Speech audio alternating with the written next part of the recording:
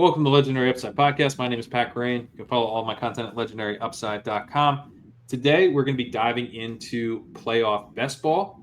Underdog now has launched some of the way too early playoff best ball contests, and we've got a bunch more contests coming out, including their flagship contest, the Gauntlet, which isn't live yet, but will be live relatively soon. And wanted to dive in and talk through these contests because the format of like the way too early and the Gauntlet and all the contests to come pretty damn similar. There's a few little minor tweaks in terms of like how many advance out of each round and those types of things that you'll want to pay attention to if you're playing these contests and new ones launch. You'll want to just take a look at that type of stuff. But basically, these are going to be very, very similar contests, a very similar type of way to attack them.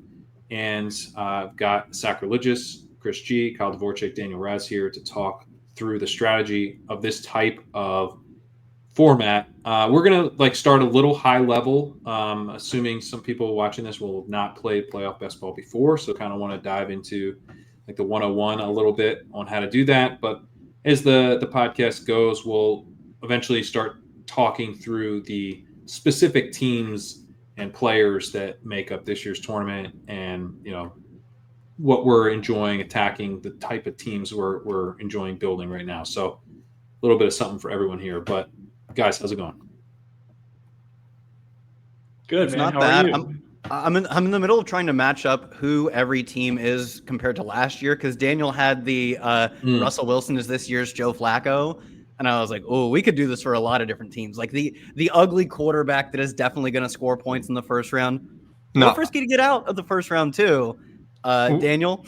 We workshopped the take on Twitter, had everyone vote between Russell Wilson, Bo Nix, Jordan Love, and Sam Darnold. And the people voted Bo Nix. I wanted them to vote Jordan Love, but I think Jordan Love is too good to be this year's Joe Flacco. Whereas Bo Nix is too good.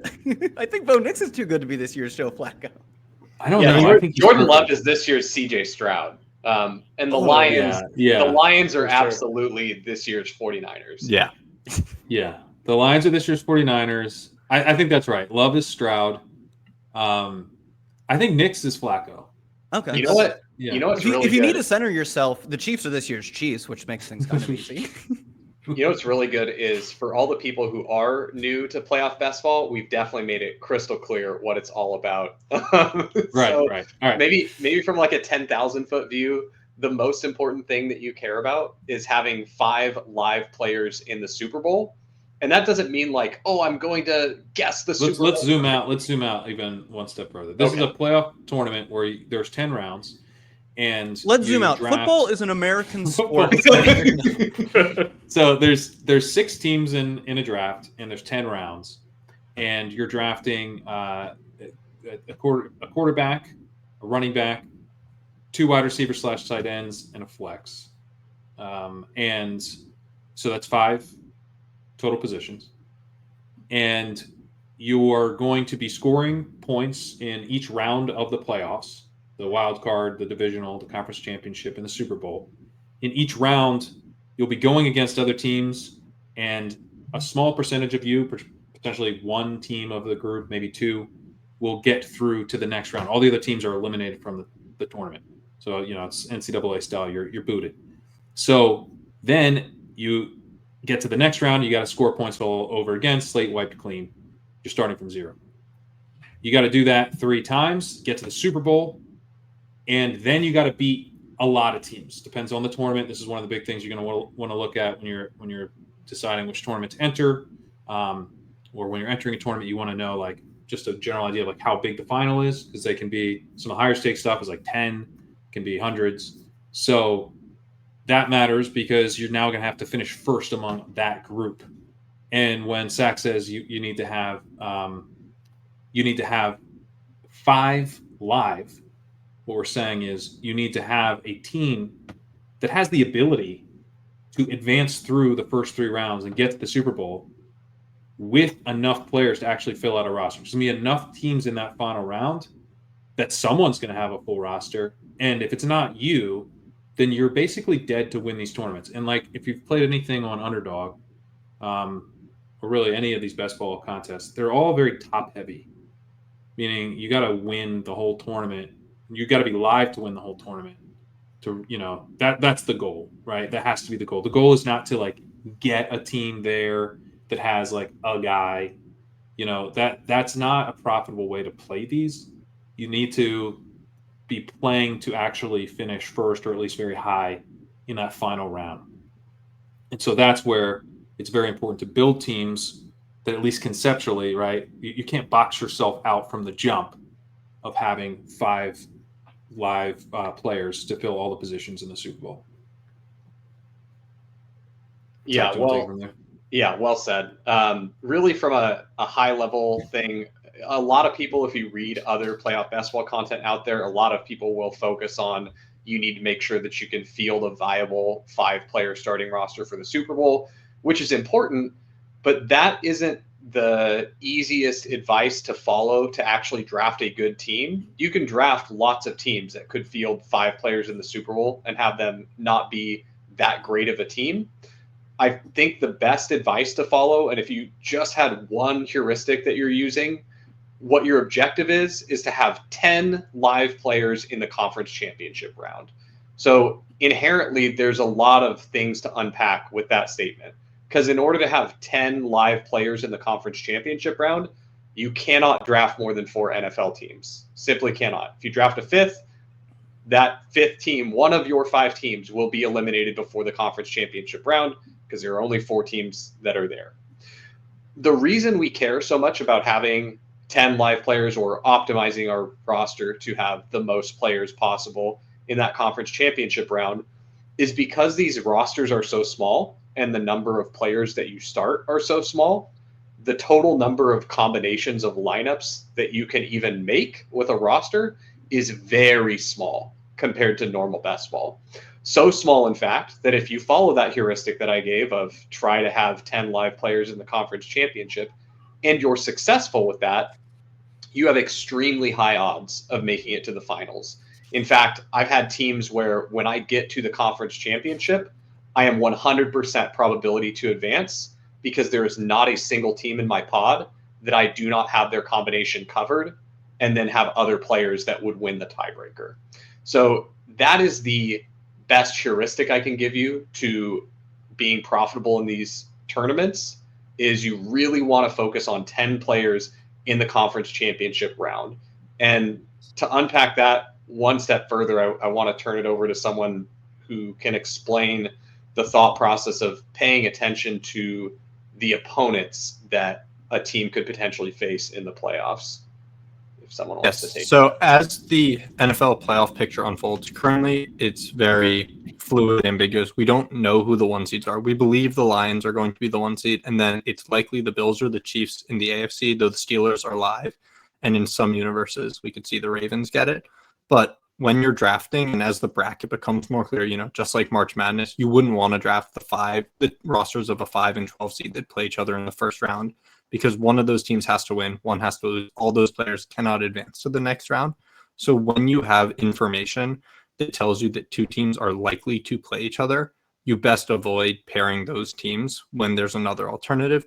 And when you have information that teams are extremely unlikely to play each other, for instance, the Lions and Packers, because if the Lions are the 1 seed, that means they won their division, but the Packers are likely a high wildcard seed, probably the 5, maybe the 6. They will not play in round 1. Obviously, there's a small chance in round 2, but as the 5 seed, you probably feel good with those 2, for example, if that was a possibility.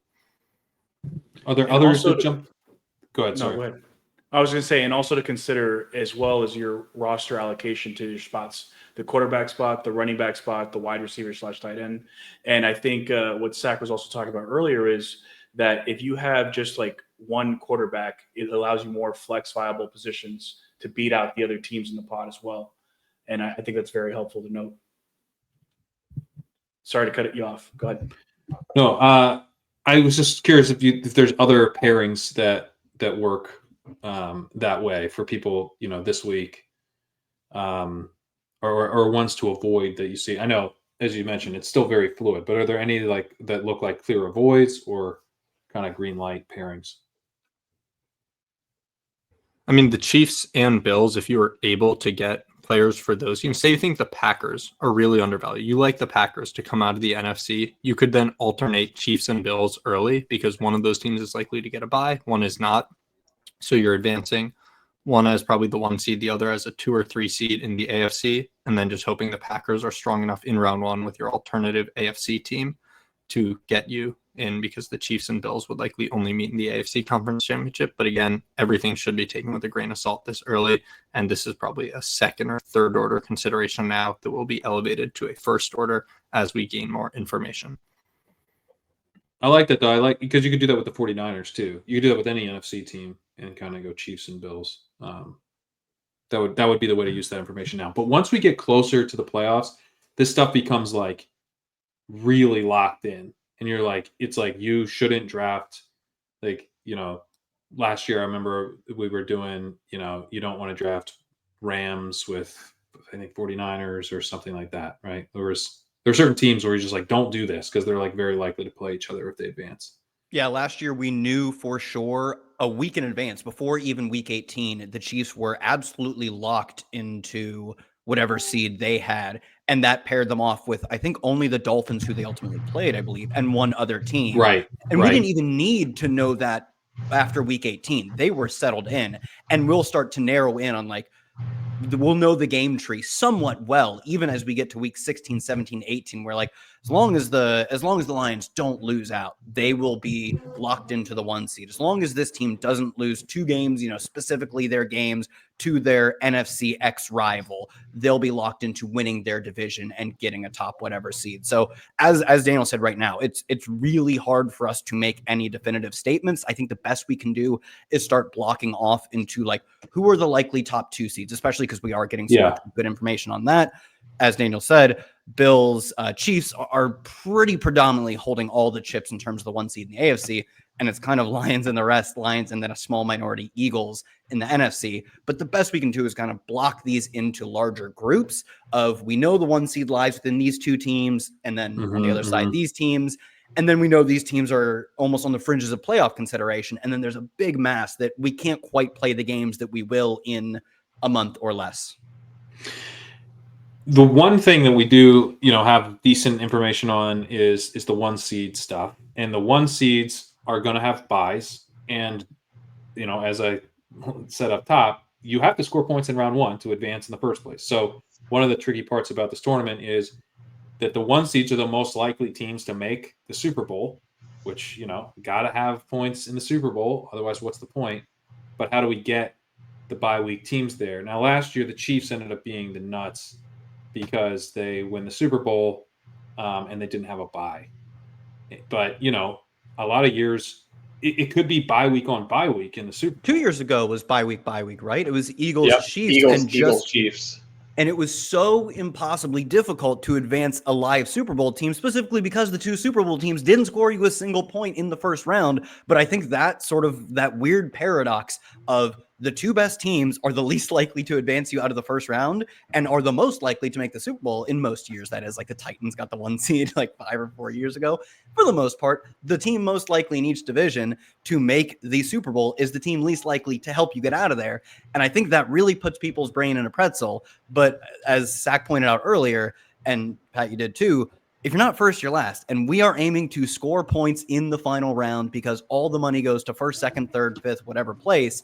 So yeah, it like sucks to draft teams that are not particularly likely to advance out of the first round.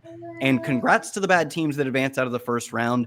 I'll probably advance less. And God willing, the teams that I do advance will be really hard to stop from then on out. Yeah. So go ahead. Just a quick example, because a common mistake that I see from lots of people trying playoff best ball for the first time is that they get really scared of the bye week teams. Like, it's so hard to advance them. I'm just going to take the good teams. I'm going to take the 2 seeds instead and focus on those. And that can be a really great strategy for breaking even. You know, like, and sometimes it's going to work out your way where those teams do end up going on to the Super Bowl and you're in a really good spot. But the thing that is really hard to wrap your brain around is those 1 seeds, when they do make the Super Bowl, especially if it's both of them, like that Chiefs-Eagles situation. In the gauntlet, the year that the Chiefs and Eagles made the Super Bowl, both as 1 seeds, there were only 8 total teams that could field a 5-man roster. This is in the finals were over 100 teams that year. So only 8 total teams could field a full roster.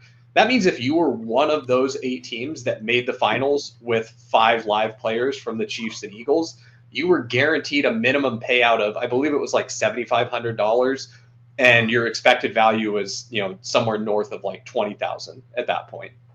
All you had to do was make the finals. Expected value of over 20,000 for that team. And again, that's why we're talking about, hey, optimize for that conference championship round. Have 10 players there. And yes, you're going to lose. You're losing some soldiers on the way if you're playing bye week teams. That's just the way that the cookie crumbles. But by soldiers, you mean teams in your portfolio. You're losing teams in your portfolio. Yeah. Yeah.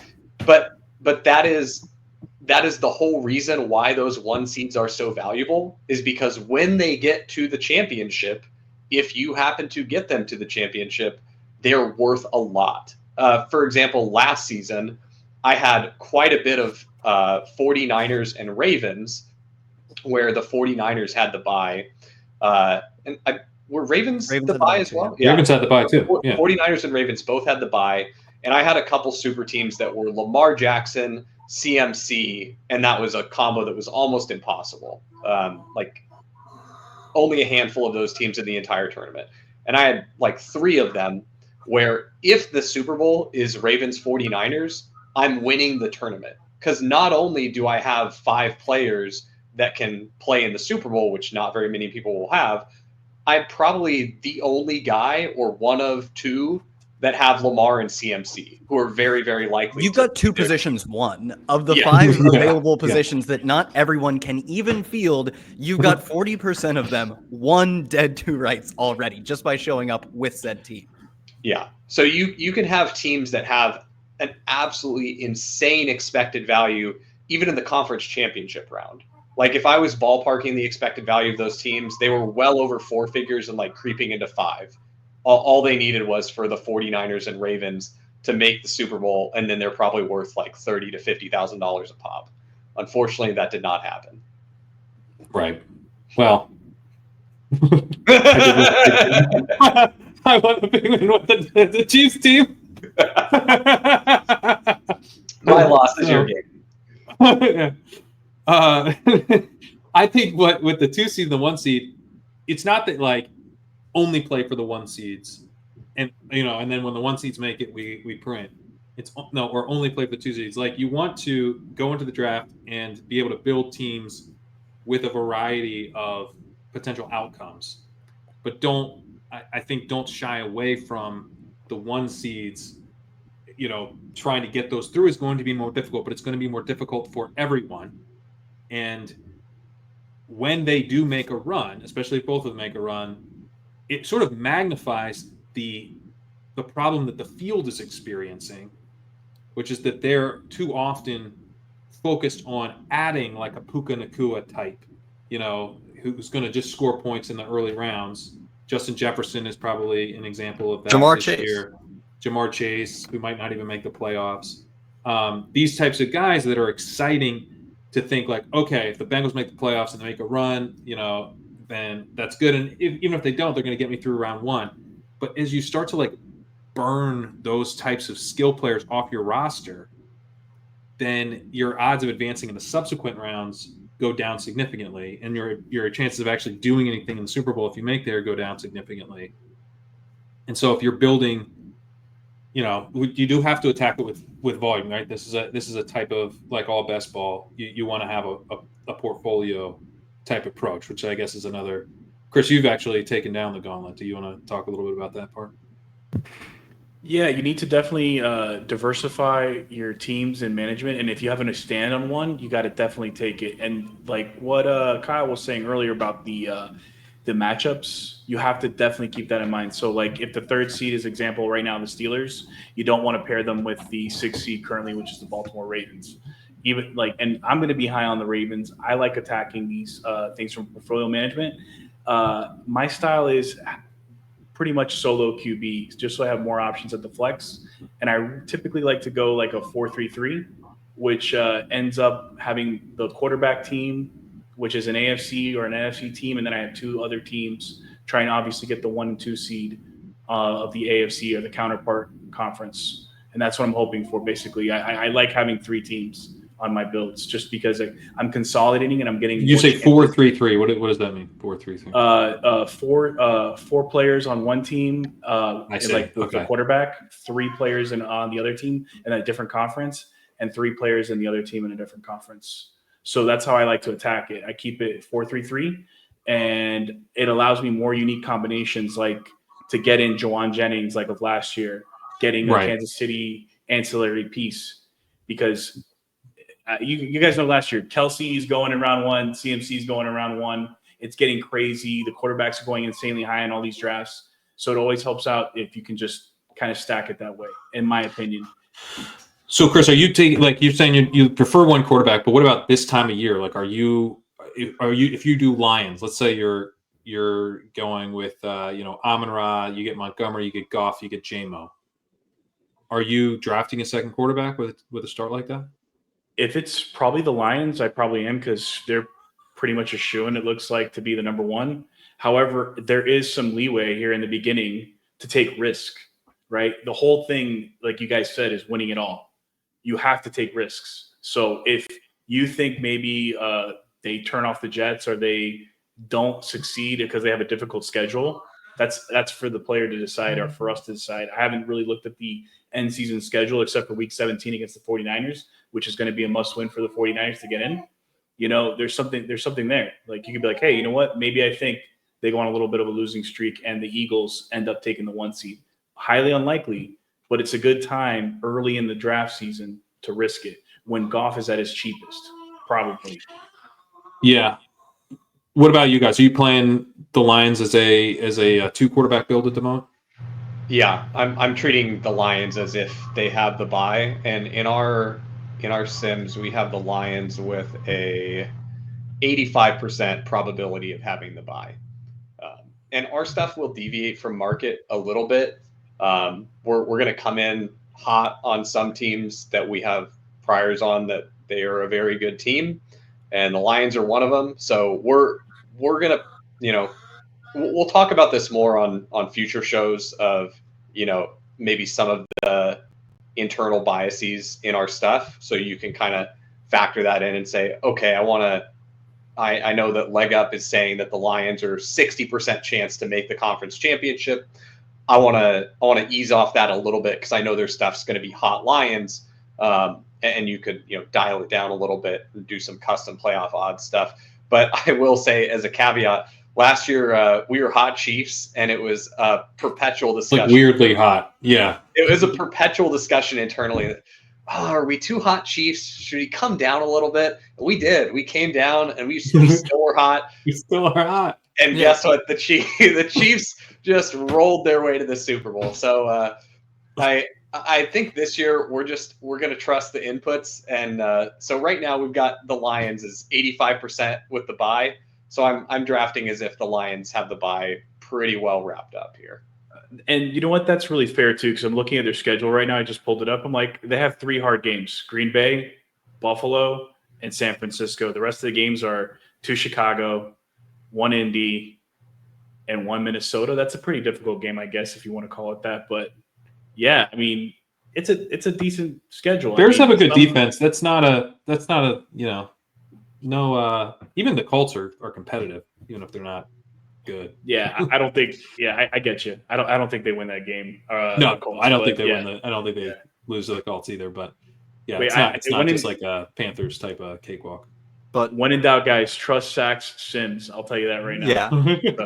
And on the point that this is the cheapest Goff will be, last year Brock Purdy was a top 2-round pick when it was known the 49ers would have a bye. I think Goff's point output's pretty similar. And does anyone know how many games Ben Solak tweeted out the Lions have this year with more touchdowns than incompletions? Oh my god! Does anyone know that? Just guys, do we all Just check your textbooks? Do we know that offhand? I'll go with 4. No, and another good thing too is, Goff's the 1 seed. He's in a dome the whole entire way to the Super Bowl, which is where he excels. So it's wheels up probably. I'll probably go 2 quarterbacks now with Goff because it's probably more than likely he'll be the 1 seed. The one that Daniel, wait. We never got the answer.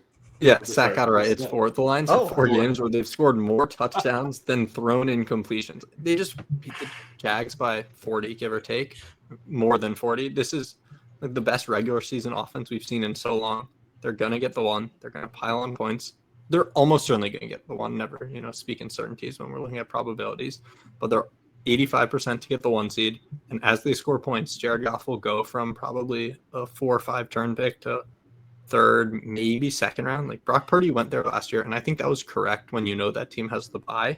So there's no reason for Goff to be this much meaningfully cheaper.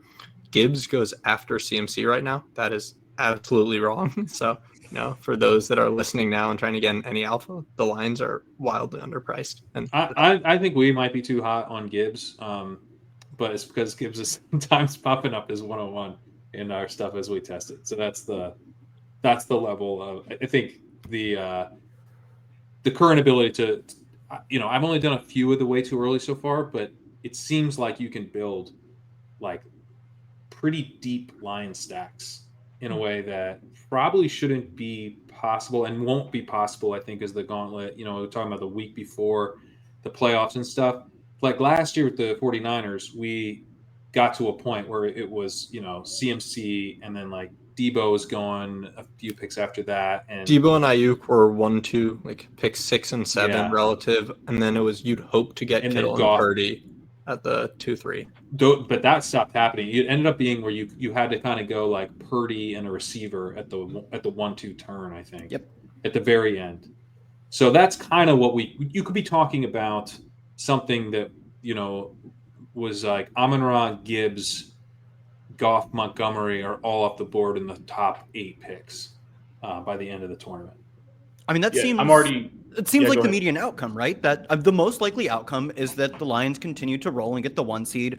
There are alternatives where this doesn't happen, but I do think straight up the most likely outcome is what you said, that just all the skill position players, they score points from here until week 18, and we're taking them in the top, like you said, 8 or so picks, like clean all of them are just going off the board, and it's impossible to pair them. And I think that makes the 49ers the perfect comp last year, because they were the same team where like they're not the like funnest, flashiest team. Like Josh Allen is a cooler quarterback than Jared Goff and then Brock Purdy was last year, but they play in a relatively weak conference and they are well and ahead the best team in said conference, and they still score a ton of points. In terms of the advanced efficiency numbers, they are the best team in the NFL, and that's the 49ers in terms of the EPA machine were last year.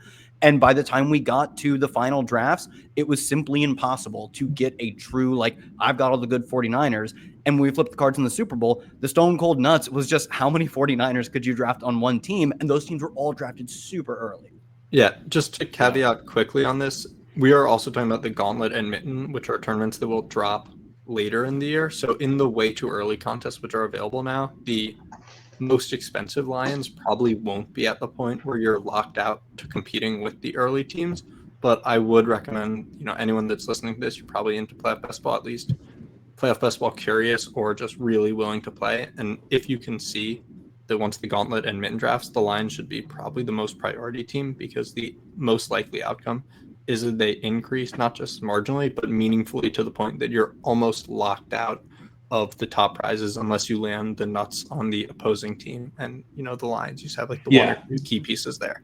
So that's what will happen. By the end of these tournaments, if the Lions continue in the direction it looks like they're headed in, but this is like, Chris, you talk about taking risks. Like, this is a small risk to take, like just taking that 15% and rounding it up and drafting like the Lions are getting that 1 seed as you build out teams. Now we'll see more games in the meantime, but yeah, the drafting like the Lions are getting the 1 seed now, when you put lines together, it gives you the advantage over teams at the end of the tournament who I think are going to be using those lines as bringbacks on AFC champion or AFC Super Bowl representative rosters. So you're going to have to go, let's say Chiefs, you build out a bunch of Chiefs, and then you're tacking Lions on there, or you're building out Ravens, but the Ravens are also expensive, so that's that's a little bit hard to do.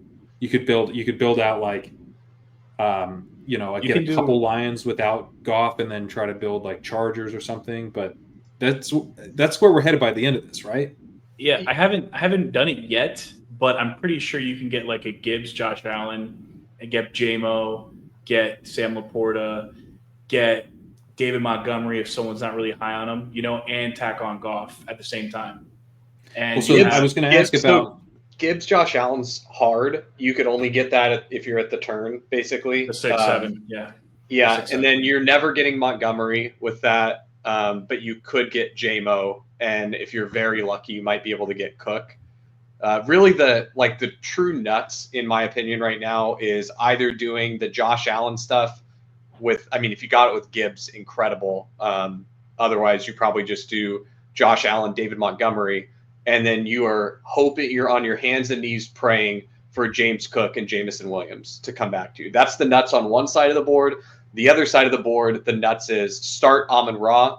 You're praying for Gibbs to come. He's not going to. If you see an Amon-Ra and Gibbs team, post it in the Leg Up Discord, and I will send it to Numi, and we'll get it canceled square away. It's just not. It's not happening. I thought you were going to say you're high equity, man. Come on. No, I'm getting that shit canceled. No. I kid. But I'm saying that's almost impossible. But what you can get occasionally is you get the Amon-Ra and Montgomery team. And then when you get that Amon-Ra Montgomery team, you can push Jared Goff. And then what you can do with that third pick there on the 2-3 turn is you take either Bills or Chiefs, whichever you prefer. And I prefer doing it with the running back. So I want to take either Pacheco or I want to take Cook. And that way I've got the running back for that team locked up. There is a pretty interesting dynamic that we haven't touched on yet in playoff best ball, where the running back to your Super Bowl team or your Super Bowl opponent is extremely valuable, like much more valuable than the wide receivers typically, because oftentimes there is really just one primary running back for a team that's going to be relevant when you flip over the cards in the Super Bowl. Like you get to the Super Bowl and someone, it's the Bills in the Super Bowl. Which Bills running back do you want? You want James Cook or do you want Ray Davis? Like you want James Cook. If you have Ray Davis, you're a huge underdog if they're both healthy. And yes, there's some outcomes where, Ray Davis surpasses James Cook, in some weird. Give me Ty Johnson, bro. Just give me Ty Johnson. Do Ty Johnson too. But the point being that those running backs on the teams that you say are going to the Super Bowl carry a lot more value in this format specifically. And so you do want to prioritize that, especially so with your quarterback. Whichever quarterback you have going to the Super Bowl, like the most important thing to me is having a running back that's live to play in the Super Bowl. So, for example, if I got Amon-Ra and Goff, but both Gibbs and Montgomery were gone, then my highest priority is getting 2 AFC running backs that are high probability to make the Super Bowl. So the nuts, if I have Amon-Ra Goff, the nuts then is getting Pacheco and Cooks. Like those are the 2 highest probability AFC teams to make the Super Bowl. So I want my shots to be on those. Now, the way that would work in the current draft landscape is Amon-Ra 101 or wherever he falls to you. If he's not going 101, the field's not doing it. They're not doing it correctly though. So sit there at 103 and grab Amon-Ra. Sure, yeah. So you take Amon-Ra, then with your second pick, you take, one of Pacheco or Cooks if the Lions running backs are gone. And then you can take the other one if it makes it back to you in the third round, and then you're just praying that Goff makes it to you in the fourth. So the build would be, potentially Amon-Ra Montgomery or Amon-Ra James Cook, and then in the third round you're going James Cook or Pacheco, depending on what you did in the first, and then in the fourth you go Goff. This is the nuts. And build. then okay, and then in the fifth you need to get one of Lions pass catchers remaining, so either J-Mo or Laporta. You might not get either of them though, and then if those aren't available, then your next favorite pass catchers are the high Chiefs. So Kelsey, he's not going to be available. Hopkins, sometimes available, or the Bills. So Amari Cooper, Khalil Shakir. So I was going to ask about pairing the. I was going to ask about, if you're pairing the Lions with an AFC team, the Bills are a scary team because they might also get the bye. But I like this Amon-Ra, James Cook, Pacheco, or Amon-Ra, Pacheco, James Cook, doesn't matter. Because now you have a running back from the AFC who's going to make it because whoever. Well, you have both, and you've got got Amon on the other side, and then you grab Goff in the fourth. So now you've got your quarterback. Now, so then I guess you're committing to taking Mahomes, or what are you doing quarterback wise? No, so if I get Goff in the fourth, great. Then I just have to worry about my second quarterback. And so my second quarterback there, let's hypothetically say that I get this really cool run out where I got Pacheco and I got Cook. Now I'm not going to take another AFC team because I want to have 4 teams live in the conference championship round. So usually if I'm drafting 2 quarterbacks, because I have one that's a bye quarterback, I'd prefer for my second quarterback to come from the opposite conference. So there's some outcomes where I end up with the quarterback slot blocked in the Super Bowl. I have the optimal quarterback, right? It's going to cost me a roster spot, but I have guaranteed optimal quarterback. In this circumstance where you've already got 2 teams accounted for in the AFC and both of their quarterbacks are going to be off the board, then you're looking at, all right, who is a late NFC quarterback that I can take that's going to get me through round 1? And so then you would be looking at a team with high probability of making the playoffs in the first place that's going to have good high-scoring weapons that will be available late. So based on our current sims, that would be like Green Bay would be a great option. Atlanta would be a pretty good option. Minnesota is a decent option. Problem with Minnesota is you're not going to get Justin Jefferson because he goes way too early. Washington is actually one of my favorites because you can get Jaden Daniels, Terry McLaurin, and do that as a skinny stack. And if you're in trouble at running back, like say, for example, you got the Amon-Ra David Montgomery. Well, now you know your first 2 picks are on bye. And your third pick, say it could be either the Chiefs or Bills. There's a decent probability that either of them get the bye. It's close to a coin flip. We think it's more likely Bills get the bye currently. But you've got a pretty ambiguous situation where it's that your first 2 picks have the bye, your third possibly has the bye. Great. Let's just throw my 3 commanders in there, and those are the guys propelling me through round 1. I've got a great quarterback. He's going to project to be one of the best quarterbacks in the first round. I've got a solid wide receiver, and I've got a very serviceable running back.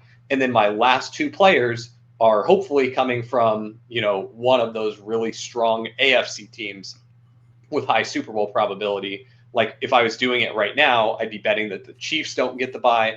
And so then I'm ideally getting something like Hopkins Kelsey would be insane, but something like Hopkins Worthy is more likely. And yeah, that's even throw in like a Hollywood at the end, I guess. Or, I like Hollywood Brown. Yeah, you can Yeah, do he's Hollywood. Come back. And on Zach's point about the Commanders, I did 2 drafts right before the prep. I did one with Chris. Chris luckily wasn't in the stream, so one fewer sharp drafter.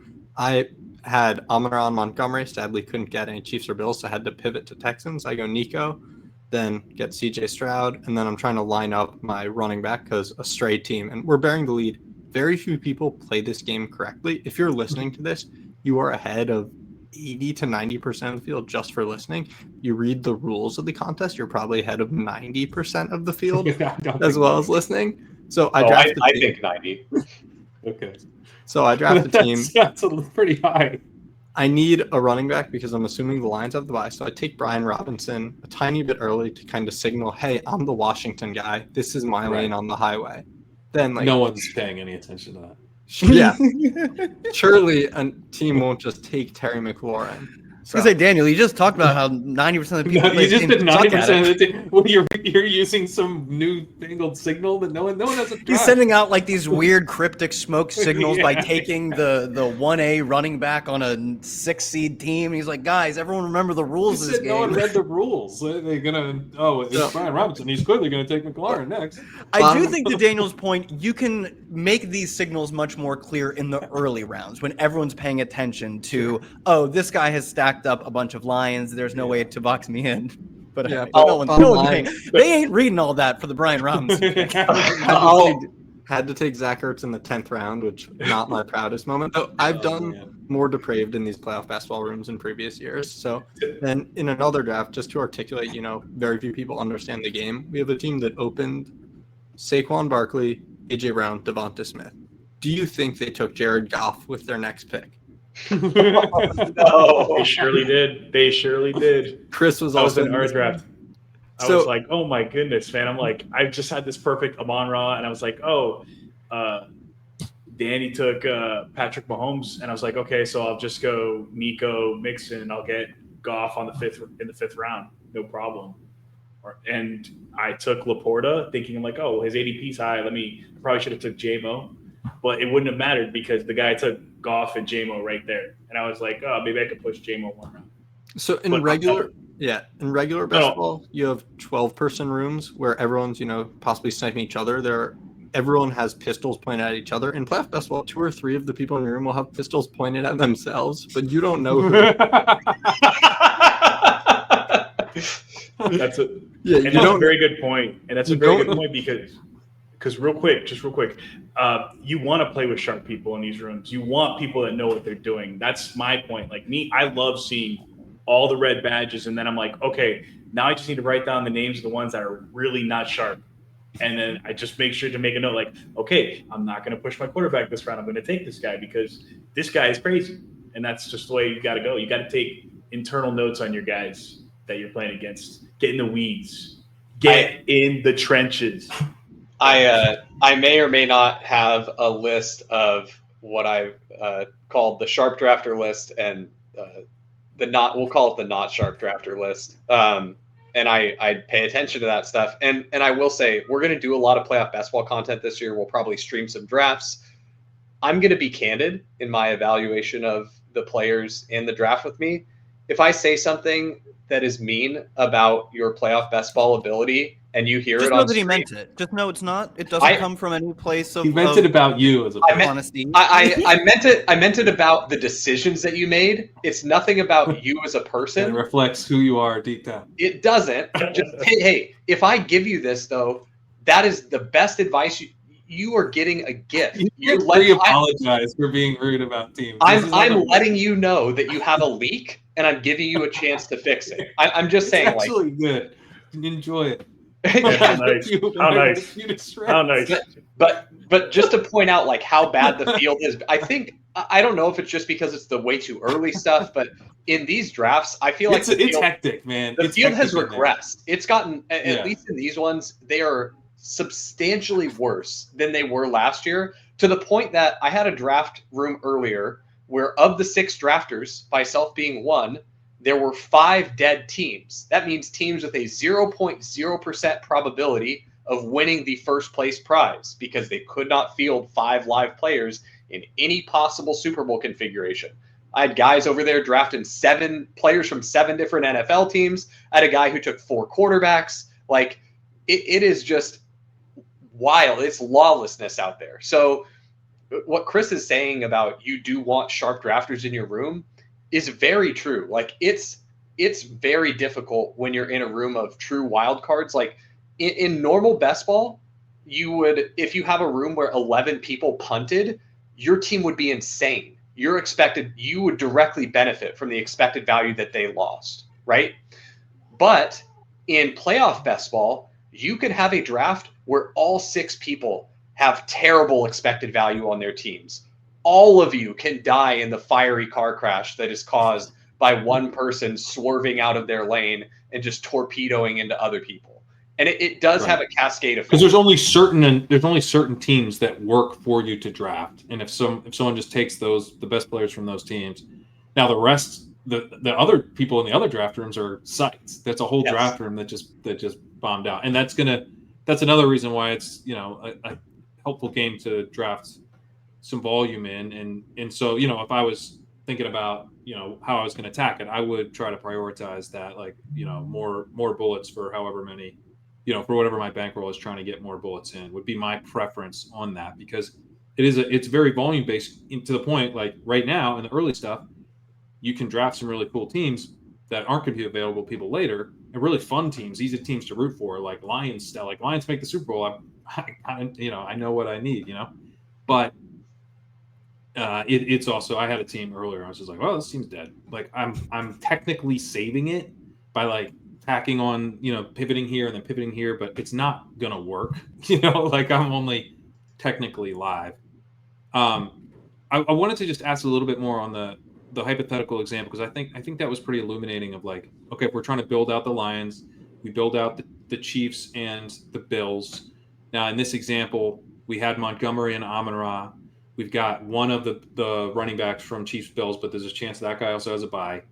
So we've now pivoted over and we're grabbing Jaden Daniels, Terry McLaurin, Brian Robinson. That covers that. Zach, would you go any deeper than that with like a pure advance rate fourth team, or are you like only if it's a maxing team? three there? Only if it's a team that has some decent Super Bowl odds. So, for example, right now we have Washington with a 17% conference championship probability. All these probabilities are a little stale because we'll need to update after the game that's happening tonight, and then all of our we're recording this during the Monday Night Football game. Our power rankings for all these teams will shift after we've got the entire week in the book. So all of these are fluid. They're a little bit stale, but for our illustration purposes, they're close enough. So Washington, 17% conference championship. That's like decent enough to where if I didn't have a better option, like in that instance where I'm playing Lions as my Super Bowl, if I got sniped on all the other Lions, I get Amon-Ra, I get, I end up with David Montgomery and Jared Goff. And then I get my Bills, but say I didn't get any Chiefs because the Chiefs all went. If I don't really have many other Lions or Bills that are good picks, and there's not another good AFC team that is gonna I'd prioritize good AFC teams then in that one because I have the Lions as a live out. So I'd try to get at least two other players to fill out another Super Bowl matchup for the Lions before I would go deep on the Commanders. But if there really was nothing, then yeah, I'd be happy to go deep on the Commanders there. Like, for example, another good AFC team by our probabilities that would be going late. Like right now, we've got the Bengals with only a 9% chance of getting to the conference championship. I think that's going to come down even after our stuff reruns here. Houston should come up because right now we've got the Houston-Dallas game as could be anyone's game. And I don't think that's so Houston is actually one that would be pretty interesting late where I might like. Now, again, the problem with Houston, though, is you're not going to get Nico Collins because he's going really early. So what you actually want is you want these teams where people aren't psyched to draft them, and so they let them languish way too late.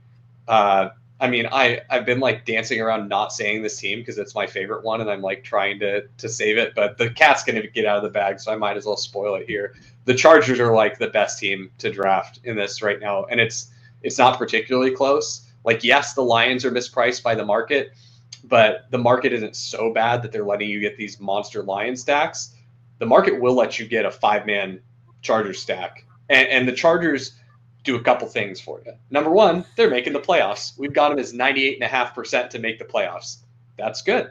The Chargers are very unlikely to get the bye. We've got them as 2% to get the bye. So they are about as safe as can be to make the playoffs and play for you in round one.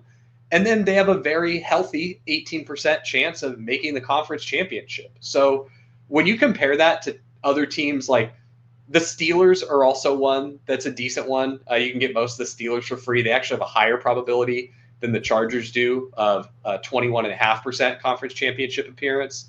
So I think I prefer the Chargers because they're just a lot more fun. I just have trouble seeing a Russell Wilson-led Steelers team actually make it to the Super Bowl, which does ultimately matter. But yeah, Chargers and Steelers are pretty undervalued late picks. And though they pair very well with early Lion stuff to help you through the bye and then have a team that can potentially go deep for you. Yeah, and to add on to Zach, another thing that makes the Chargers appealing is who's probably going to be able to accumulate points at the skill position group. Like the Denver Broncos, as much as I think Bo Nix is a pretty strong quarterback bet, Sean Payton will invent a player you have never heard of to score at least one touchdown and get 3 red zone looks. I looked at their depth chart, asked AI to create a new tight end. Which one of these names is not a tight end on the roster? Greg Dulcich, Lucas Kroll, Adam Troutman, Trey Beckman, and Nate Adkins. Trey Beckman. Trey Beckman's made up. You would have gotten me until last week, but Nate Atkins literally scored yesterday. If you had done this 48 hours ago, you could have at least gotten me on a coin flip. Yeah, I would have been coin flip on Beckman and Adkins. Same with Kyle and I are managing FFPC teams together. Not going that great at the moment, but we had to learn AJ Barner for one of our teams. So that kind of hurt. But again, the Denver Broncos are fun, but Sean Payton also decides his running back rotation by roulette every week. And you will not know who's getting the touches, at least now. Audric Estime 1 week, Jaleel will get a few 1 week and then sent to the shadow realm the next. Devontae could be in a dungeon somewhere for all we know. But it's difficult to play the Broncos as much as I'd want to tout Bo Nix as like the true sicko late QB. But yeah, especially when you have, I think some of this stuff is like, if you're curious, to try to mix in some Broncos and that type of stuff, like I would wait until the Chargers aren't like freely available to just like fully stack up, because that will stop happening. Like the best ways to play these tournaments will get kind of hacked up by the other drafters in your room. You're not just going to be able, I mean, that's one of the fun parts about drafting now, is that you can go in and just scoop a bunch of Chargers and have that whole team. Later on, Chargers are going to be stuff that you're probably pairing with other teams that you're building from the NFC, or as part of 4-team builds and that type of stuff. I wanted to to finish the Chargers point. Zach, are you using that primarily to like unlock Lions stuff, or what do you like so much about it? I'm using it in to terms unlock of who else you're building with. Yeah, I'm using it to unlock Lions. I'm occasionally using it to get Bills through the bye as well. It's less preferred there because I'd prefer to be doing it with an NFC team like the Commanders. I like better with the Bills. Again, though, you don't want to always yes, in theory, like you are opening up an additional out of a playoff matchup. Like when I take the Chargers in the universes where it's Lions Chargers in the Super Bowl, I'm benefiting from doing that. So that's why I like having the Chargers as opposed to having the Commanders there, right? Because I can never have Lions Commanders play in the Super Bowl. However, there are also outcomes where the Commanders were the team that you needed to advance the Lions stuff in round one. And if you said, oh, well, I'm actually going to optimize for maximizing my equity when the Chargers and the Lions play in the Super Bowl, like if you only do Chargers-Lions and the Chargers fizzle out and all your Lions teams were correlated with Chargers playoff outcomes, you're going to have a bad time. So you should be willing to mix up your secondary teams that you're using to get these bye week teams through, even if it's not like the team that's maximizing the benefit for you when it goes your way. Like, don't worry, you'll have a lot of Chargers-Lions. They don't all need to be Chargers-Lions. And so all these late teams, Chargers, Packers, Commanders, Steelers, those four are some of my favorite later teams right now, where I'll be mixing them in. And sometimes I'm even mixing in Chargers. So a lot of the Bills guys go late. You can get Bills like Khalil Shakir goes way too late. Keon Coleman, Dalton Kincaid all go way too late. Dawson Knox. I'm like unironically drafting Ray Davis, and I'll probably in my portfolio I'll have Ty Johnson as well 1 or 2 times. But you can take a Mac Hollins is a like.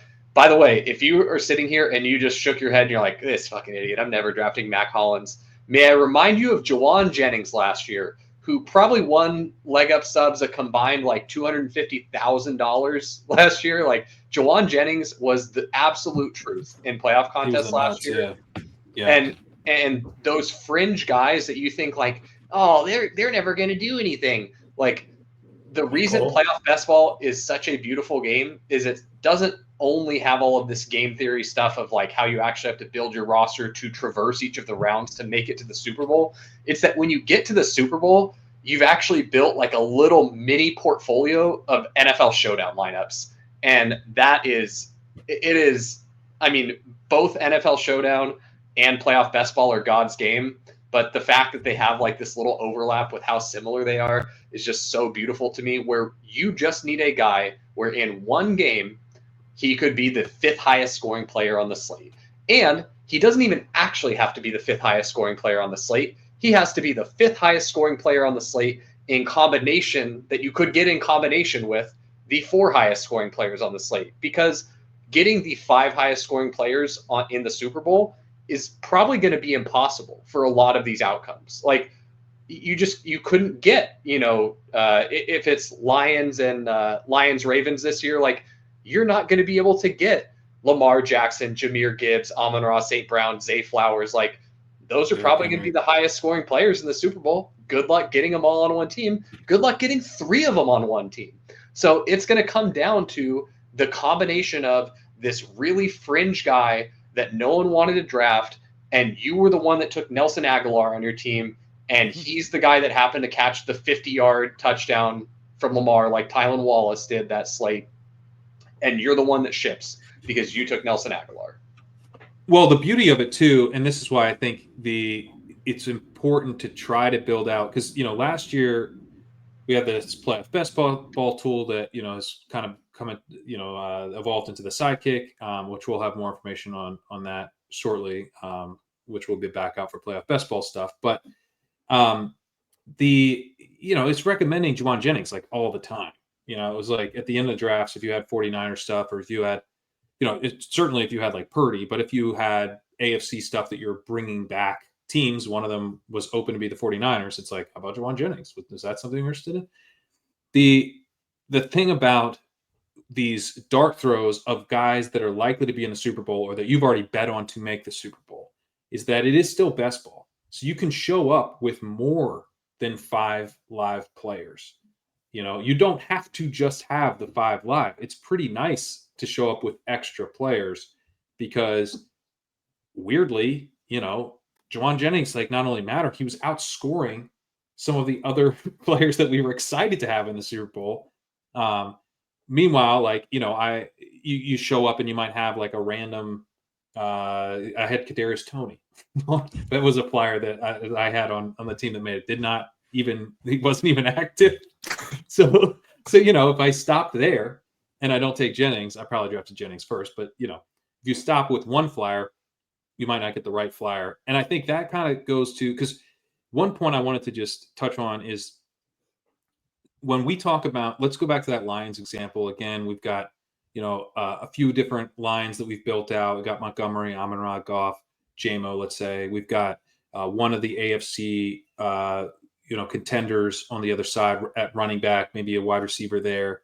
But we're building out a Commanders thing to help get us through the bye. But why not just go instead? Why do I have to go Brian Robinson? Why don't I just go Bijan, and really make sure I get through? And, why not take, a higher scoring wide receiver? Why not just take Jamar Chase and hope that they make the playoffs, because he's going to score more points than Terry anyway. So, because this is, I think, a common mistake, is that I get to the minimum. I get to where I have 5 players who make the Super Bowl. The Super Bowl will now be, let's say in this case, Lions and Bills. And then I'm just going to my next 5 players are scattershot, score a bunch of points in the early rounds. Can you guys just give some thoughts on why we don't generally recommend doing that? Yeah, as you wrote in an article, I think at Leg Up's Inception, for regular best ball draft, like you have a time machine, which I think just those principles apply really well. If anyone has the Leg Up written subscription, I encourage you to just read that and think about how it applies. When you get a Super Bowl matchup, once you commit your first few round picks to a certain Super Bowl matchup, it is highly likely that you need those players to win. So that means in playoff best ball, that you need a certain Super Bowl matchup to contain some of your highest draft players. Again, like Zach said, if you're drafting 4 teams, you most definitely need players from those 4 teams. So you want to contain it to 4, but you also don't want to be scared to take that extra flyer. Like last year, 2 of my highest drafted players were Justin Watson and Juwan Jennings. Watson ran so many routes, but couldn't do anything. Jennings also ran a lot of routes, but did enough, was one of the highest scoring players. And I'm not sure if I would have broken even if I took 0 Juwan Jennings and I was able to 2x my return just because of how great Juwan was in the end. So the only thing once you take 2 49ers early is that you're playing almost certainly for a 49ers Super Bowl matchup. So like the Puka Nacua does 0 in the Super Bowl when you have 49ers in the Super Bowl. The Puka Nacua may help the 49ers advance, but then you are effectively removing a player from your available combinations in the Super Bowl. And again, because the prizes are so top heavy, and I implore you to just see how different it is from first to 20th place, you need to give yourself as many outs to first as possible. And ideally a solo shot. And being solo means as many combos as possible on your teams. Yeah, I also want to touch on that because it's very important that you have volume like these guys are saying, because my most drafted combination was Kansas City and San Francisco, and I didn't get one team in the Gauntlet Finals at all. And it's largely due to two players, Puka Nacua, who got eliminated in the wild card round, and Jake Ferguson, who had 3 touchdowns, who got eliminated in the wild card round. So you're going to have a lot of variance at play as well. So you got to commit volume to this type of game if you're going to play it well. Because you're gonna have. Go ahead. I think that's a really key point, because one of the big pushbacks is like, I have to find the Jake Ferguson, I have to find the Puka Nacua, or I'm not going to get my teams through. And you don't necessarily want a bunch of Jake Ferguson or Puka Nacua players who exited in round 1. So yeah, they got a bunch of teams through, but those teams were then weaker for having had that player. And then you still have to get through 2 more rounds, and then you have to finish first in the Super Bowl, and you've lost one of your highest scoring players, right? So it's not that you never want to play for, players who are going to score high in the early rounds. I think there's some sharp ways to do that. It's generally not, though, to just take like a one-off flyer on a guy and say, this guy gets me through round 1 and then he's gone. You especially don't want to do it if you're boxed into that kind of outcome, let's say by taking, teams that play each other in the first round, or 3 teams from the same conference where you're like, that team is going to lose before you get to the third round of the tournament in the conference championship. That kind of player will ultimately be, and I'm sure we probably will have outcomes like Puka last year, like Jake Ferguson. Those are going to be massive advance rates through round 1. But one of the ways to get around that is to build a lot of sharp teams, right? If we're building a bunch of sharp teams, unfortunately, some of them are going to kind of unfairly, it's going to feel like get bumped out. Our teams shouldn't be getting eliminated. We built really sharp teams, but they will be. But some of them will get through even without those players, those Pukas. You don't need to have a Puka. Zach, I remember you telling me a little bit about that last year with like how necessary these guys like actually are. Yeah, one thing that I think an easy way to frame it for people to better understand is, number one, when we're drafting these teams, we don't know the outcomes of the games. So we don't know who the Puka is or the Jake Ferguson is. What we do know is a reasonable range of outcomes for these players. And so hypothetically, let's say I could be taking the Brian Robinson and Terry McLaurin and Jaden Daniels route to help me advance a bye week team. Or, I've already taken Terry McLaurin. I'm setting that up. And then Bijan's still there. But Bijan would be my third NFC team. So I could take Bijan. He probably outscores Brian Robinson in the first round. But if you're taking Bijan there, then one of those teams that, Commanders or Falcons, are not going to be there in the conference championship round. And you're inherently putting yourself at a disadvantage in a round where it's much more important and has a larger impact on your expected value than the first round. So choosing to prioritize round 1 over prioritizing round 3 is just a backwards way of doing it. It's natural. Like that's the inclination that a lot of people round 1 happens first. Yeah. A lot of people think chronologically and they say, I need to prioritize round 1, when really, like, number one, you're just not going to be able to pick who the highest scoring guy in round 1 is. No one thought Jake Ferguson was going to drop a 30 burger in round 1 and be the guy you needed. What you want to do though, is have those bets on these players that are helping you advance be made in a way where you're compounding that benefit. So, for example, the Jake Ferguson one, you unfortunately didn't get to compound the benefit because the Cowboys got eliminated in round 1. But those Jake Ferguson teams that I was building, I was doing them with additional Cowboys players. It wasn't like a one-off Jake Ferguson. I was doing like Jake Ferguson plus Brandon Cooks, or Jake Ferguson plus, who even was the Cowboys running back last year? Oh, Tony Pollard. So Pollard. you were getting those combos. So then when that player helps you advance, or one of those players helps you advance, and their team wins the game, now they're there in the next round helping you advance. So you get this compounding benefit, and it ultimately is far and away the better strategic way to play this game, because just spraying and praying and hoping that one of the one-offs that you happen to trip and fall backwards into is an okay way to get lucky and get through the first round. But then the later rounds, you're just going to be behind the 8 ball. That there will be teams that are drafting with appropriate strategy. You will have worse odds against them. They will have the same good players that you had, but they just didn't draft any of the guys that got eliminated round 1 as a random one-off, and they still made it through their pod. And there were lots of times last year where you could have had a team that, would not have advanced in a different pod that somehow was magically able to advance because you got a really soft pod. That's one of the other benefits of drafting early. The average scores in your pods will be much lower, so you're able to sneak stuff through into the future rounds that might not advance in other pods. That is interesting. Yeah. So you're saying that the earlier you draft, the lower score you're going to need to advance out of round 1, generally. Yep.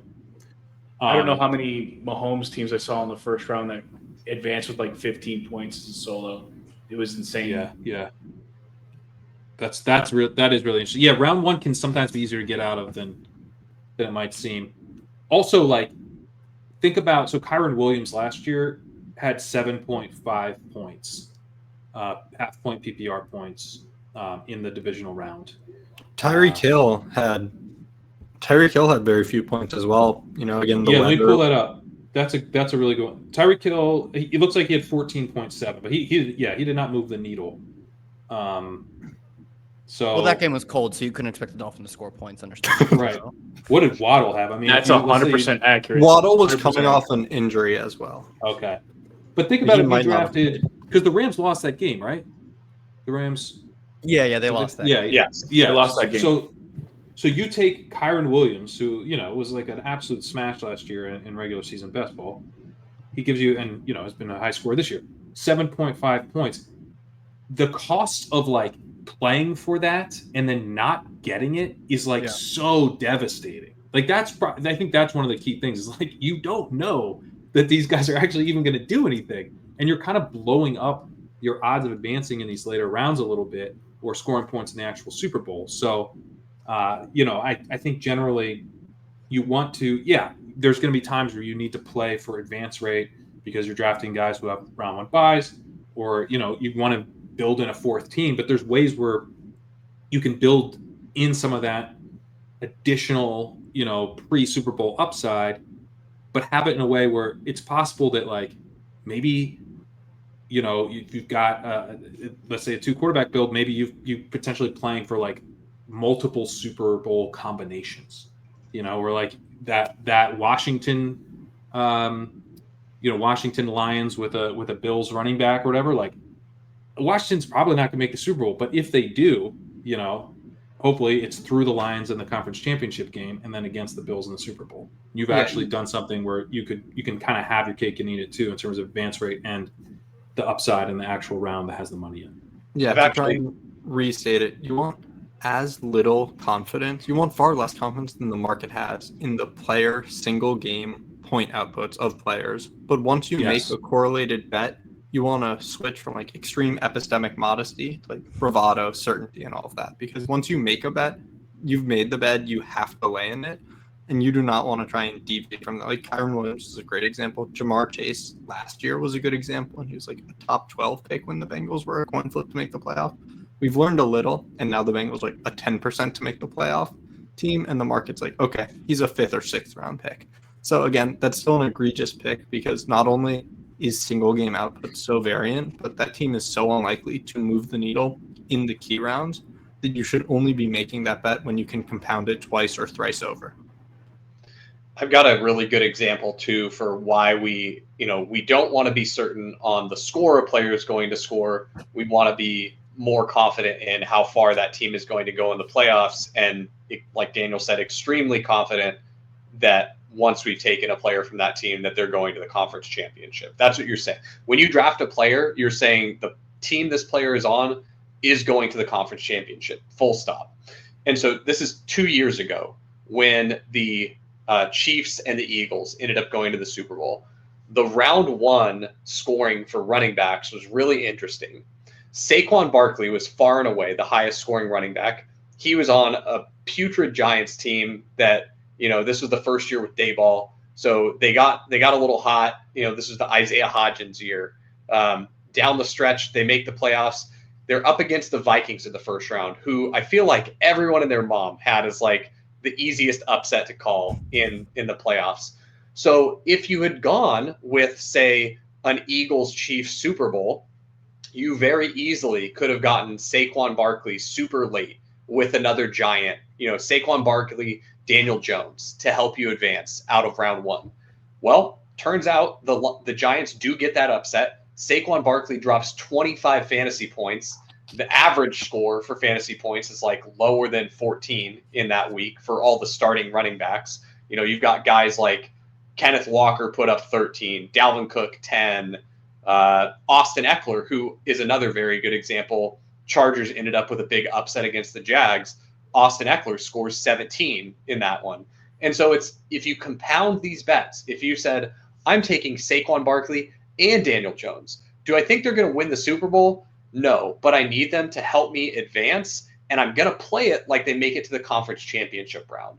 Well, you bag a huge win even after that first upset. Once they've gotten that very first upset, the fact that you now have a player of the caliber of Saquon Barkley and a second quarterback to maybe help provide a little additional floor for you in the second round of the playoffs is huge. Another guy was Christian McCaffrey, would have helped you advance. I mean, that's an easy one. You wanted Christian McCaffrey. He had 20 points, but you could have also had J.K. Dobbins, who had 18 for the Ravens in the first round, or you could have had Austin Eckler, who had 17. Meanwhile, all these guys who would have been like, oh man, this team looks really good for the Super Bowl. Joe Mixon on the Bengals only turns into 7, right? Dalvin Cook on the Vikings, who, again, we talked about how big a favorite they were to get upset, but he only scores 10. James Cook on the Bills only scores 9. And so you really cannot say what's going to happen in one single week of NFL scoring, right? But what you do want to do is when you make that bet, you need to be putting yourself in a position to compound the benefits. And that's really how you end up with these monster teams that make some noise in this format. One last thing before we go. Thoughts on the 49ers as a potential Chargers-esque, not going to have a bye, make a run. You can get big stacks on them right now. Their playoff odds vary in the market. Our stuff is way hot on them right now. It's going to come down pretty substantially after we rerun it. They currently look like still a decent bet from our stuff to actually make the playoffs. I think our number comes down quite a bit though once we run it. So our number doesn't have whatever happened on yesterday, right? No, I'm a little concerned. Yeah, everybody's concerned though. You can get the whole. Remember how I just said we drafting like little bits and pieces of this in the first 8 picks? You can get the whole 49ers team. But I'm like, I feel like getting all the 49ers could be a pretty big. The problem is CMC is really expensive. So to get 49ers, you kind of preclude yourself from getting a premium piece from the best AFC teams. I mean, you technically can. You could go CMC and then go into James Cook. You're going to. Yeah, actually, you could do it. You're all in 49ers if you do You're it. all in 49ers, yeah. It's more of a Super Bowl bet, but yeah. So yeah, I've done that already. So I went CMC, Kelsey, D Hop, and then I ended up going Debo, Kittle, Pickens, Jawan, Mike Williams, Najee Harris, and last round pick was Brock Purdy almost. or something like that. Nice. He was undrafted. Nice. So you can do it, but my problem is that they're getting a more expensive now. Like I just did a couple drafts today, and I'm like, I might as well go somewhere else. You know, like that's the way I'm looking at it, because they just lost that game against the Seattle Seahawks, and I'm like, man, they're at 5 wins right now with only a few more games left, and the 7th seed already has 7 wins. It's not like the AFC, you know. So right, it's it's going to be tight. It's going to be tight, but it'll be through the wire. But if they make it and you got all the They make 49ers, you're crushing. Yeah, I think for me the big problem is, to Zach's point, is that like the price of CMC, like they're not, you can get the whole team, but you can't get them for free. So it's difficult to get them plus the nuts of a good AFC team. Like you can't build both super teams out. So either you're stuck with what is still a really strong 49ers team and some pieces of the good AFC teams, or you go down to a tier 2 AFC team, at which point you have the parlay odds of 49ers make the Super Bowl. No, I think you play it with the favorites on the AFC side. You gotta, and yeah, I mean, you're not gonna have the nuts, but like the 49ers make the Super Bowl. Like that's what you're betting. You're betting that they're sort of this year's Chiefs, or what we were hoping the Bills might be. They're this year's Bills at this time last year, but then the result is the Chiefs. So I've been intrigued by that in the rooms. Looking through the 49ers playoff, like what their playoff path, what has to happen. It wild card is basically off the table for them, so they have to get there through winning their division. They are only 1 game back in their division from the Cardinals, so it's not quite as scary as it seems. However, that entire division is they're all 1 game back. It's 3-5 win teams and a 6-win team. Yeah. So this is the 4 seed. Are they basically locked into the 4 seed now? If they make it, they're either the 4 seed or nothing, because they can't get wild card. Basically, I mean, they could get wild card technically, but some really weird stuff would have to happen, I think. Okay, so don't pair them with Lions. Do not pair. Yeah, 49ers Lions is you're asking for bad news in the odds of them meeting. Yeah, exactly. The odds of them meeting in the second round are extremely high if both obviously make the playoffs. Yeah. 49ers might come down to the last week of the season. They play the Cardinals week 18. It very likely will come down to the last week. I mean, unless if they lose earlier, then it won't. But if the 49ers are going to make the playoffs, it's going to come down to that game against the Cardinals. All right. I mean, you want to talk about a team that's free and you can get all of them. They're actually going to make the playoffs. It's the Cardinals. They're like dirt cheap. They're way cheaper than 49ers. James Conner is going in the 9th or 10th round. It's insane. He's all undrafted. Yeah, they're all insane. like in the point where they go undrafted, right? And like they have the lead in the conference. And I think I checked last on DK. They're minus 120 something. They're a slight majority favorite when you take the juice away. They're like probably 8. Don't draft them with the Lions either, because they're the 4 seed too. So correct. All right, I think we can leave it there. I love that. I wasn't thinking about the Cardinals at all, but that's true. I mean, they're also very consolidated offense, man. Consolidated offense too. Yeah, and free. We'll be back with more playoff best ball stuff. We're gonna have some written stuff, news on the Sidekick launching for playoff best ball soon as well. So keep it tuned to Legendary Upside. We'll see you soon. Thanks for watching.